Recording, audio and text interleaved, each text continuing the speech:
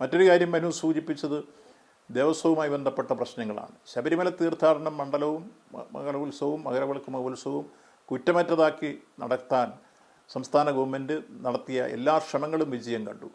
നമ്മുടെ സംസ്ഥാന ഗവൺമെൻറ്റും ദേവസ്വം ബോർഡും തദ്ദേശ സ്വയംഭരണ സ്ഥാപനങ്ങളും അതുപോലെ ജനപ്രതിനിധികളും അവിടുത്തെ സന്നദ്ധ സംഘടനകളും അതുപോലെ തന്നെ അതിൽ ബന്ധപ്പെടേണ്ട എല്ലാവരും ചേർന്നൊരു ടീമായി നിന്ന് നടത്തിയ നല്ല പ്രവർത്തനത്തിൻ്റെ നെറ്റ് റിസൾട്ടാണ് 53,80,000 പേർ ശബരിമലയിൽ വന്നു പോയിട്ട് ആർക്കും ഒരു പരാതിയില്ലാതെ എല്ലാവർക്കും ദർശനം ഉറപ്പാക്കിയ ഏറ്റവും നല്ല ഒരു മണ്ഡല മകരവിളക്ക് മഹോത്സവ കാലഘട്ടം പൂർത്തീകരിക്കാൻ കഴിഞ്ഞു എന്നത് ഏറെ അഭിമാനകരമായ ഒരു കാര്യമാണ്. അതോടൊപ്പം തന്നെ മനു ചൂണ്ടിക്കാണിച്ച മറ്റൊരു കാണിക്കാതെ പോയൊരു കാര്യം കൂടി ആറ്റുകാൽ പൊങ്കാല. എത്രയോ ലക്ഷം ആളുകൾ പങ്കെടുത്തതാണ് ആറ്റുകാൽ പൊങ്കാല. അവിടെ എത്തിച്ചേർന്ന ലക്ഷക്കണക്കിന് പ്രത്യേകിച്ചും വനിതകൾ അവർക്കൊന്നും ഒരു ബുദ്ധിമുട്ട് കൂടാതെ ആറ്റുകാൽ പൊങ്കാല മഹോത്സവവും വളരെ ഭംഗിയായി ഫലപ്രദമായി നടപ്പാക്കാൻ സംസ്ഥാന ഗവൺമെൻറ്റിന് കഴിഞ്ഞു.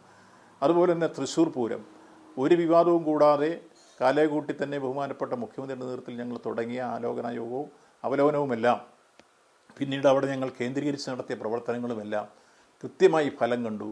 അവസാനം പൂരം തീർന്ന് ഉപചാരം ചൊല്ലിയതിന് ശേഷമാണ് ഞങ്ങളൊക്കെ അവിടെ നിന്ന് പിരിഞ്ഞത്. 3 ദിവസം അവിടെ കേന്ദ്രീകരിക്കുമ്പോൾ കണ്ട ഏറ്റവും നല്ല രംഗങ്ങൾ പൂരം മറ്റേതൊരു കാലഘട്ടത്തേക്കാളുപരി നല്ല ജനപങ്കാളിത്തത്തോടെ ഒപ്പം ചിട്ടയായി ആചാരാനുഷ്ഠാനങ്ങളെല്ലാം പാലിച്ച് അതിലെ ഏറ്റവും വർണ്ണാഭമായ കുടമാറ്റം, അതുപോലെ വെടിക്കെട്ട്, അതേപോലെ തന്നെ ഏറ്റവും നല്ല രൂപത്തിലുള്ള മേളങ്ങൾ, പിന്നീട് അവിടെ വരുന്ന ചെറുപൂരങ്ങളുടെ വരവേൽപ്പ്, അതുപോലെ തന്നെ പൂര വിളംബരം, ഇതെല്ലാം ഭംഗിയായി ചിട്ടയായി ആചാരങ്ങൾ കൃത്യമായി പാലിച്ചുകൊണ്ട് എല്ലാ ഭക്തജനങ്ങൾക്കും പൂരപ്രേമികൾക്കും ആ പൂരം ഏറ്റവും ആഹ്ലാദവും ആവേശവും പകരുന്ന രൂപത്തിൽ നമുക്ക് സംഘടിപ്പിക്കാൻ ഈ കാലഘട്ടത്തിൽ കഴിഞ്ഞു എന്നുള്ളതാണ് മറ്റേറ്റവും എടുത്തു പറയുന്ന മറ്റു കാര്യങ്ങൾ.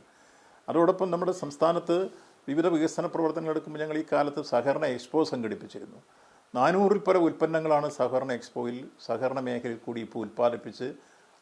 അപ്പോൾ നമ്മൾ ആ സഹകരണ എക്സ്പോ എടുക്കുമ്പോൾ നമ്മളിപ്പോൾ എക്സ്പോർട്ട് ചെയ്യുന്നു സഹകരണ മേഖല ഉൽപ്പാദിപ്പിക്കുന്ന പ്രോഡക്റ്റുകൾ.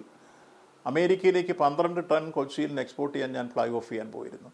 അതോടൊപ്പം തന്നെ വിവിധ നമ്മുടെ ഗൾഫ് നാടുകളിലേക്ക് ഇപ്പോൾ എക്സ്പോർട്ട് ആരംഭിച്ചിരിക്കുന്നു. അപ്പോൾ സഹകരണ മേഖലയിൽ കേവലം നിക്ഷേപം വാങ്ങലും പലിശ വാങ്ങിക്കലും മാത്രമല്ല, മറിച്ച് ആ രംഗത്ത് ഒട്ടനവധി കാർഷിക മേഖലയിലെ ഉൽപ്പന്നങ്ങൾ ഉൽപ്പാദിപ്പിച്ച് മൂല്യവർദ്ധിത ഉൽപ്പന്നങ്ങളാക്കി വിദേശത്തും സ്വദേശത്തും വിപണനം നടത്തുന്ന രൂപത്തിലേക്ക് നമുക്ക് കൊണ്ടുവരാൻ കഴിഞ്ഞു എന്ന അഭിമാനകരമായ നേട്ടം എടുത്ത് സൂചിപ്പിക്കുകയാണ്. ഏതാണ്ട് 400-ൽ പരം ഉൽപ്പന്നങ്ങളാണ് ഇപ്പോൾ ആ മേഖലയിൽ ഉൽപ്പാദിപ്പിക്കുന്നത്. ആ ഉൽപ്പന്നങ്ങൾക്കുള്ള പ്രത്യേകത, ഒന്ന് ജൈവ വൈവിധ്യങ്ങളെ പ്രയോജനപ്പെടുത്തിക്കൊണ്ടുള്ള ഉൽപ്പന്നങ്ങളാണ് നമ്മൾ ഉൽപ്പാദിപ്പിക്കുന്നത്. 2 അതിന് നല്ല രൂപത്തിലുള്ള വിലക്കുറവുകൊണ്ട് ക്വാളിറ്റി ഉള്ളത് കിട്ടുകയും ചെയ്യുന്നു എന്നുള്ളതാണ്. അതുകൊണ്ട് തന്നെ നല്ല രൂപത്തിൽ വിറ്റഴിയുന്ന രൂപത്തിലേക്ക് ആ പ്രോഡക്റ്റുകളെല്ലാം വരുന്ന സാഹചര്യവും സംജാതമായിരിക്കുന്നു. ഒപ്പം ഈ മേഖലയിൽ പുതിയ സംരംഭങ്ങൾ തുടങ്ങി മുന്നോട്ട് വരുന്നതിൻ്റെ ഭാഗമായി ലക്ഷക്കണക്കിന് ആളുകൾക്ക് തൊഴിലവസരമുണ്ടാക്കാൻ ആ സംരംഭങ്ങൾക്കെല്ലാം വായ്പ നൽകാനും സഹകരണ മേഖലയ്ക്ക് കഴിഞ്ഞു. കേരള ബാങ്ക് ആണെങ്കിൽ ഈ കാലഘട്ടത്തിൽ 50,600 കോടി രൂപ വായ്പ കൊടുത്ത കേരളത്തിലെ 5 ബാങ്കുകൾ ഒരു ബാങ്കായി വളർന്നിരിക്കുന്നു. ഏതാണ്ട് 45 ബാങ്കാണ് കേരളത്തിൽ പ്രവർത്തിക്കുന്നത്. അതിൽ 5 ബാങ്കുകളാണ് 50,000 കോടിക്ക് മുകളിൽ വായ്പ കൊടുത്തിട്ടുള്ളത്. അതിൽ 1 SBI ആണ്, 2 കേരള ബാങ്കാണ്, 3 കാനറ ബാങ്കാണ്, 4 ഫെഡറൽ ബാങ്കാണ്, 5 HDFC ആണ്. ഈ 5 ബാങ്കുകളിൽ ഒന്നായി കേരളത്തിൽ ഇത് വരുമ്പോൾ 823 ശാഖകളുമായി നിൽക്കുന്ന കേരള ബാങ്ക് ന്യൂജൻ ബാങ്കിനോടൊപ്പം കോമ്പീറ്റ് ചെയ്യാൻ കഴിയുന്ന രൂപത്തിൽ എല്ലാ ആധുനിക സംവിധാനങ്ങളും കൈവന്നിരിക്കുന്നു.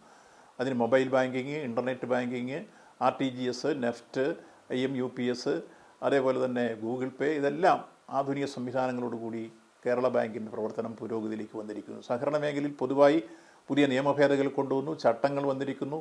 ഒറ്റപ്പെട്ടതെങ്കിലും അനഭിലഷണീയമായ പ്രവണതകൾ പരിഹരിക്കാൻ വേണ്ടി പുതിയ ഓഡിറ്റ് സിസ്റ്റം വന്നിരിക്കുന്നു, ടീം ഓഡിറ്റാക്കി മാറ്റിയിരിക്കുന്നു.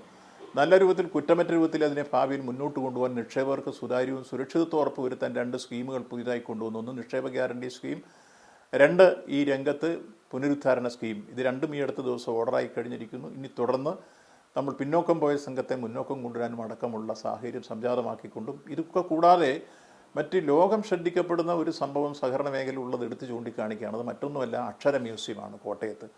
സഹകരണ വകുപ്പ് മുൻകൈയെടുത്ത് 15 കോടി രൂപ മുടക്കി സാഹിത്യപ്രവർത്തക സഹകരണ സംഘത്തിൻ്റെ സ്ഥലത്ത് നിർമ്മിച്ച അക്ഷര മ്യൂസിയം എങ്ങനെയാണ് മാനവരാശി അക്ഷരങ്ങളിലേക്ക് വന്നത്? ആദ്യം ആംഗ്യഭാഷ, പിന്നീട് സംസാര ഭാഷ, ആ സംസാര ഭാഷയിൽ ലിപി അക്ഷരങ്ങൾ വാക്കുകളാകുന്നു, വാക്കുകൾ വാചകങ്ങളാകുന്നു, വാചകങ്ങൾ ആശയങ്ങളാകുന്നു. ഈ രൂപത്തിലേക്ക് 600-ൽ പരം ഭാഷകളെ പരിചയപ്പെടുത്തുന്നതാണ് ഡിജിറ്റൽ സംവിധാനമുള്ള അക്ഷര മ്യൂസിയം. ആ അക്ഷര മ്യൂസിയത്തിൽ കൃത്യമായി എല്ലാവരും വന്നത് കാണേണ്ട 6000-ൽ പരം ഭാഷകളെ പരിചയപ്പെടുത്തുന്ന രൂപത്തിലാണ് ലോകത്തെ നമ്മൾ അതിൻ്റെ ഭാവി വിഭാവനം ചെയ്യുന്നത്. 2-3 ഘട്ടങ്ങൾ. ഫസ്റ്റ് ഫേസാണ് ഇപ്പോൾ തീർന്നിരിക്കുന്നത്.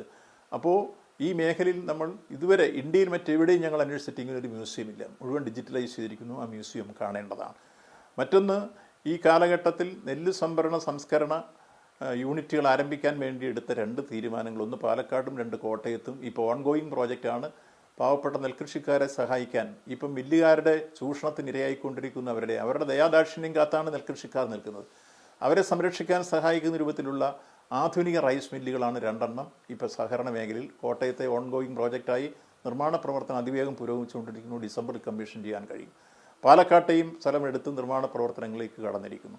അപ്പോൾ ഈ രംഗത്ത് സഹകരണ മേഖലയിലെ അഭിമാനകരമായ നേട്ടങ്ങളെന്ന് പറയുമ്പോൾ യൗവനങ്ങളുടെ സഹകരണ സംഘം ഈ കാലഘട്ടത്തിൽ 30 രജിസ്റ്റർ ചെയ്ത് അതെല്ലാം വൈവിധ്യങ്ങളായ പ്രവർത്തനങ്ങൾ, ഈവൻറ്റ് മാനേജ്മെൻറ്റ് മുതൽ IT വരെയുള്ള യൂണിറ്റുകൾ തുടങ്ങിക്കൊണ്ടാണ് സഹകരണ സംഘങ്ങൾ, യൗവനങ്ങൾ ഈ കാലഘട്ടത്തിൽ. അതുപോലെ സ്ത്രീകളുടെ സഹകരണ സംഘങ്ങൾ, വനിതാ ഫെഡ്, അതേപോലെ തന്നെ ടൂറിസം മേഖലയിലെ ഇടപെടലുകൾ, അതുപോലെ SC ST സംഘങ്ങൾ ഈ കാലഘട്ടത്തിൽ പുനരുജ്ജീവനി പദ്ധതിയുമായി മുന്നോട്ട് പോകുന്ന സാഹചര്യങ്ങൾ.